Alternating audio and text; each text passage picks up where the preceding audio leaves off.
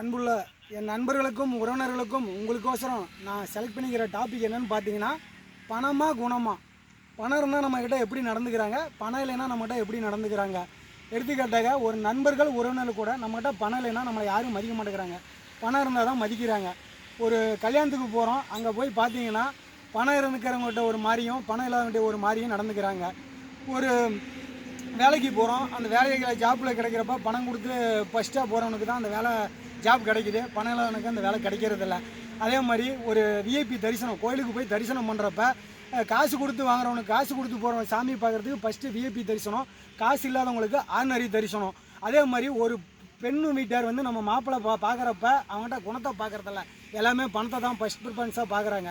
பணம் வந்து இவனுக்கு எவ்வளோ சொத்து இருக்குது, இவனுக்கு எவ்வளோ என்ன வேலையில் இருக்கிறான், எவ்வளோ சம்பாதிக்கிறான், அந்த மாதிரி பார்க்குறாங்க. அதனால் உங்களுக்கு நான் சொல்கிறது என்னென்னா, பணத்தால் பதவியும் பொருளையும் மட்டுமே வாங்க முடியும், அன்பாலையும் பாசத்தாலையும் மட்டுமே குணத்தை வாங்க முடியும் என்பதை சொல்லிக்கொண்டு விடைபெறுகிறேன். நன்றி, வணக்கம். மீண்டும் அடுத்த வீடியோவில் சந்திப்போம்.